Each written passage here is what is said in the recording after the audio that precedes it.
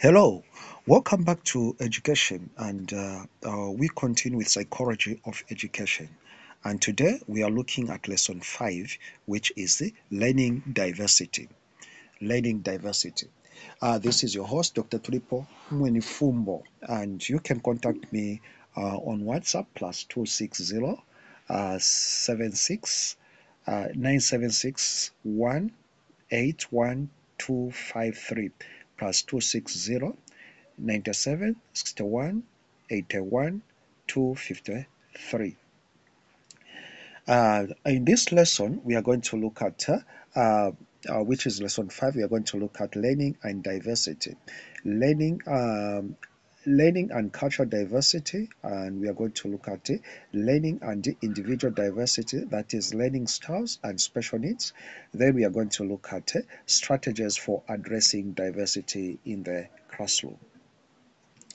Remember, this program is brought to you by Mukuba College of Education, and it is an intensive diploma in teaching methodology. But Mukuba College of Education offers variety of education courses like primary diploma, secondary diploma, and also it offers diploma in teaching methodology. So you can be able uh, to register and be part of it. Scholarships and sponsorship is available with the help of Alliance for World Missions. So when we talk about learning and diversity are closely intertwined. By embracing diversity and implementing inclusive strategies, educators like you can create supportive and effective learning environment for all students. So here are some key aspects that we need to consider when we talk about learning diversity. Number one, we need to understand the type or the types of diversities. So there are a lot of types of diversities, and some of these are the ones that I've outlined here. Number one, there is cultural diversity. So the differences in cultural background, values, and beliefs has an impact on how your knowledge is going to be perceived, and how the learning process is going to be done. So it is very much important you as the instructor, the lecturer, or the teacher to understand the cultural diversity. Number two, linguistic diversity. Variations in language and communication styles. Like there are certain language or which may not be understood by people that are not indigenous people in that particular language. So the diversity in language has got a, has much is much important in the communication and also in the way one perceives knowledge. Then there is also what is called cognitive diversity. So we need to understand that there are differences in learning styles, abilities, and strength. So we have to know our students, what's the best way our students or our learners used to learn. Now, you may be teaching students with various kind of cognitive diversity. So it is very much important to address the diversity in teaching to individual students. So you are not supposed to generalize when you are teaching, to generalize knowledge or to generalize the method of teaching. You need to understand that each student has got the cultural diversity, linguistic, and also cognitive diversity. Then there is also socio-economical diversity, that is, variations in socio-economical status and access to resources. So when you are teaching, you have to be aware that people, they have got different socio-economical challenges and diversity. So people sometimes they understand things according to their economical status. Then there is also neurodiversity, that is the differences in brain function and learning, such as ADHD, autism, and also dexterity. In these differences, the way our wires are channeled in the mind and in the brain, the way we perceive things, the way we are made, it has got also issues when it comes to diversity in the in understanding the lessons. So what is the impact of diversity on learning? Number one, different learning needs. So as a lecturer and as an instructor or teacher, you need to understand the different learning needs. So students learn in unique ways and at varying paces. So don't expect all students to be at the same pace. So you as a teacher, trainer, or instructor, you need to be at the pace of every trainee and every student. So you have to be accommodative. Don't push those that are slow learners, and don't assume everyone is getting. The other thing is cultural relevance. Learning is more effective when it connected to students' cultural background. So when you are giving examples and you are giving the um, you are teaching, you have to be conscious of the cultural relevance. So people understand better if you put them in a cultural perspective and the cultural which they understand. The challenges that we have had in education, it's whereby you are taught about things that are not even relevant to you, like Mount Everest, whereby you don't even imagine how it is, London Bridge falling down. So now, education is when you tell a pupil about the bridge that that pupil knows within the compound or within the cultural ground, they will be able to understand it better. Then language barriers, language differences can impact comprehension and communication. Now, when we talk about language barriers, sometimes we only think language uh, in the perspective of maybe the type of language or the words that are used. Now, language can also be the way people perceives things. So language, that's why there is sign language. There is verbal and non-verbal language. So it is very much important to understand the language. And sometimes we may be using the same English, but there may be a difference, like in the US and Canada. When here in Zambia we use the car's trunk as a boot or bonnet, but there it is an insult. So there is the differences in language. It can also be have an impact in how someone perceives knowledge. Then there is socio-economical factors. Access to resources and support can affect learning outcomes, like whereby like there are students that may not manage uh, some of uh, the the gadgets that may be used. For example, you give an assignment which requires some resources, and there will be those students that cannot manage those resources, and they'll be unable to learn. Like you in your learning facility, or you have maybe a trip to where which is unaffordable to your students who have got challenges in economy, and you need to take that project. They need to do that project. So that will affect their learning because of their economical factors. Then neurodiversity as a blessing. Neurodiversity can foster creativity, innovation, and problem solving. So we need to understand the understanding and the sanity of every student that we have. So strategies for inclusive learning.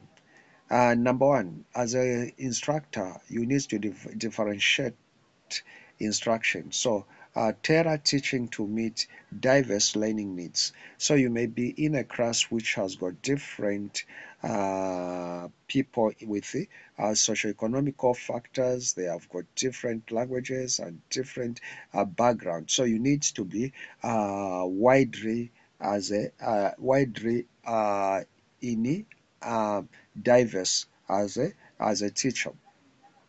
Then culture responsive teaching. So incorporate diverse perspective and experiences. So you need to understand the cultural. Like at one time, I was lecturing at an institution where we had four countries represented. We had Zambians, we had Canadians, we had Congolese, and we had Malawans. So you need to understand that when you are teaching, you have to understand the cultural responsiveness. So like we are saying on cultural differences, there was a time when we were in the chapel. So the Zambian students were praying casually, even putting their hands in their pocket. And that did not go well with the Congolese students because they believed God must be respected and you have to kneel down when you are praying to God. So that was a challenge. So now we need to understand the cultural background, the cultural responsiveness as the teacher or as an instructor. Then the language support, provide language accommodations and scaffolding. So you have to ensure that there is a language that is neutral and it can be understood by every student or learner. So you have to provide socioeconomical support, offer resources and support to address socioeconomical challenges, and also neurodiversity accommodation, provide accommodations and support for neurodiverse learners. Now, let's look at learning and cultural diversity. Cultural diversity plays a significant role in shaping learning experiences. By embracing cultural diversity and implementing cultural responsive strategies, educators can create a welcoming and effective learning environment for all students. So let's look at some of the things that we need to consider. So cultural diversity in the classroom, cultural background. Students from diverse cultural background brings unique perspective and experiences. So by embracing cultural diversity, you may find that students or learners will be able to learn from others. So it is very much important to ask questions that are going to help each student to be able to explain what they understand in their cultural perspective, and that will help other learners to learn from students with different culture. Then cultural values. Cultural values influence learning styles, communication, and relationships. So it's what people value so much. It will also be able to influence their city. There was a time that I came to realize that depending on the place that people have, they may find that they will value certain courses than the others. So, because of the cultural values, you may find that when you find that this maybe province, they are so much in agriculture, you discover that many people who would want to do agriculture because that is what they value. Now, the other thing it is the value in beliefs. So what they see to be very important in their perspective will also have an influence in the outcome of their learning style.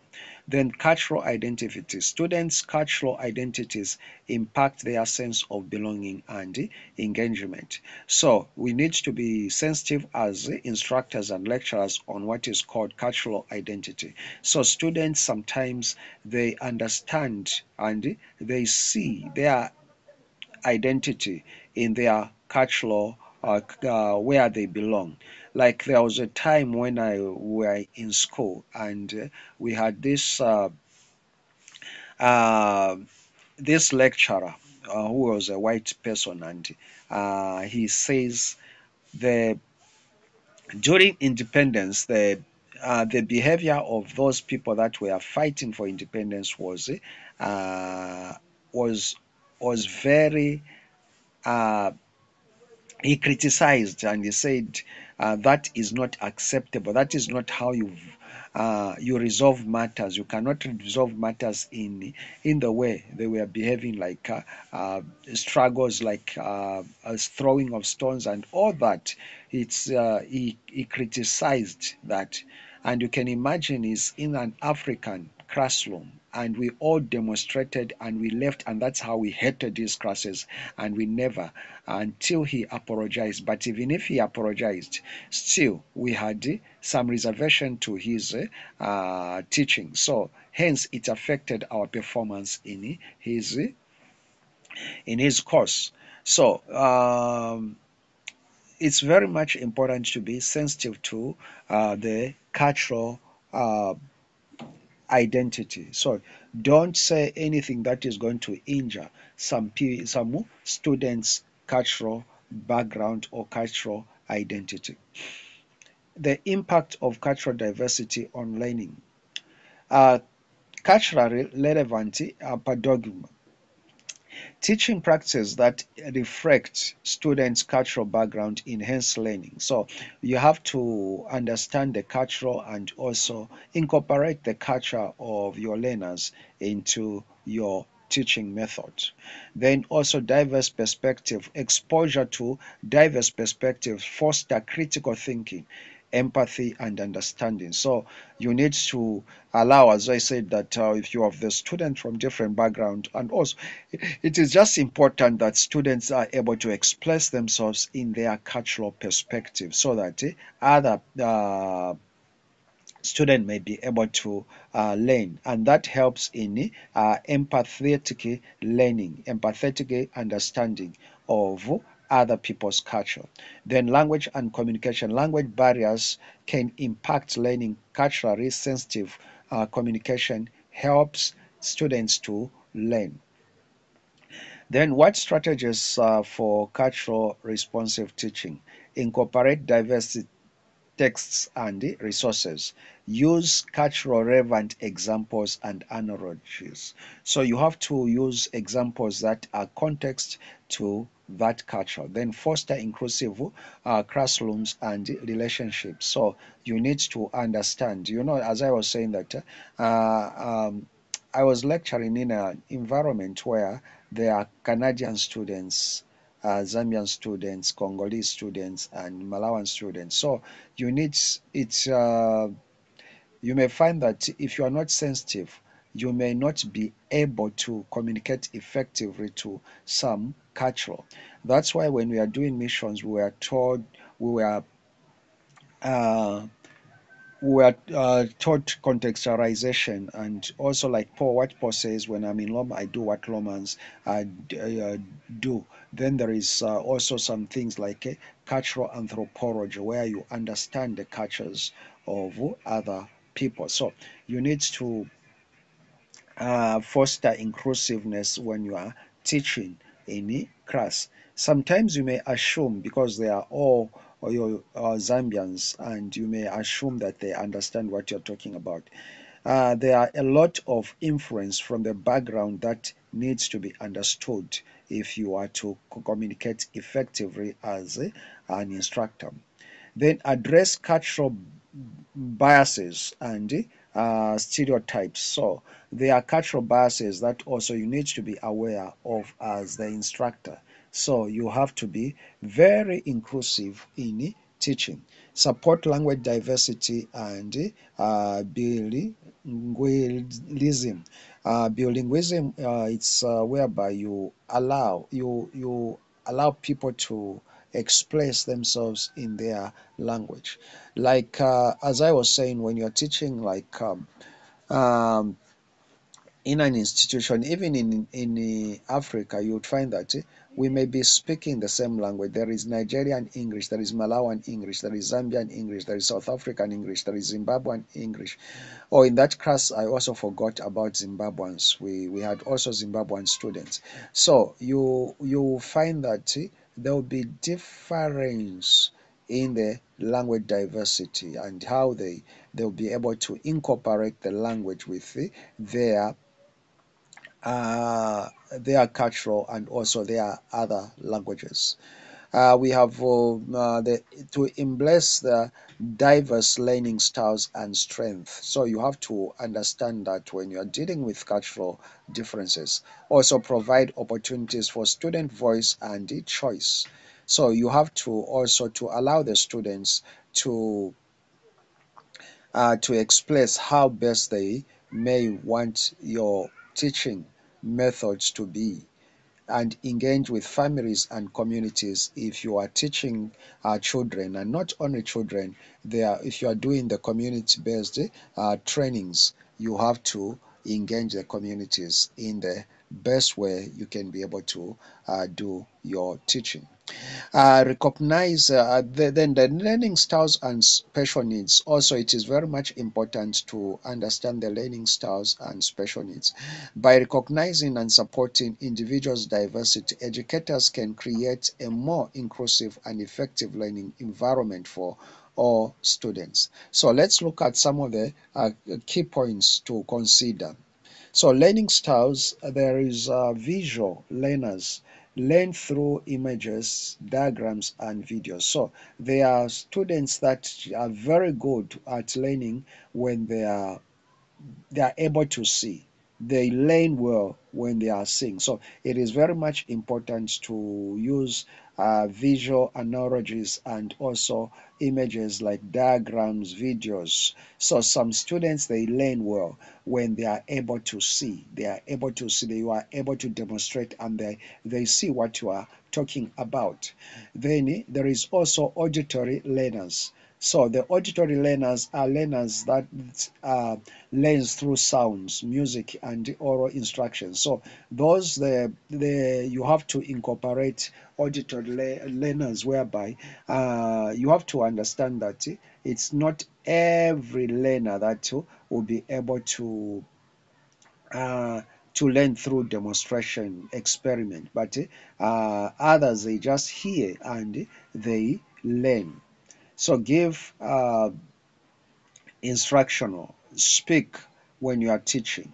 And also there is the kinesthetic learners, learners through hands-on experience and movement. So these learners, they need to demonstrate. You give them the assignment, they go and do it. So they learn through their hands. So when you are teaching, you have to also to incorporate such learners. So we have said there are those learners that just learn through looking and seeing what the lecturers, like what you are drawing on the board, what you are giving, all those that the projector. So they are very sensitive to the things that you are teaching them through visual. And there are those that are very good at listening. They may even close their eyes and just listening and hearing from maybe the new background of music, or through music they will be able to get some sense. Now there are those that just learn when you tell them, let's do this, let's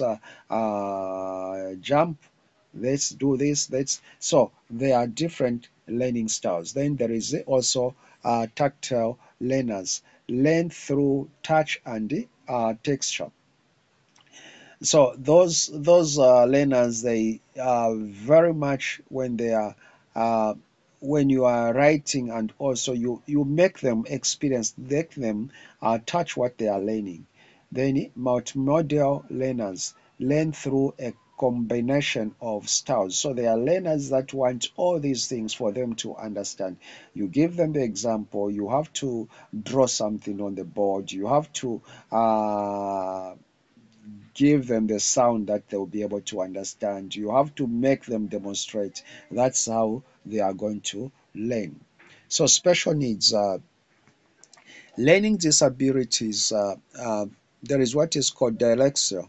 Uh, this is dysgraphia, or when we are talking about the learning disability, we are talking about different disabilities in learning and the limitation that creates other people to not to learn. So it is very important also to look at learning disability. It may not be the physical disability, but it may not be, but there are also mental disability when it comes uh, to learning. So it is very much important to understand the disability or what makes this learner not to be able to learn.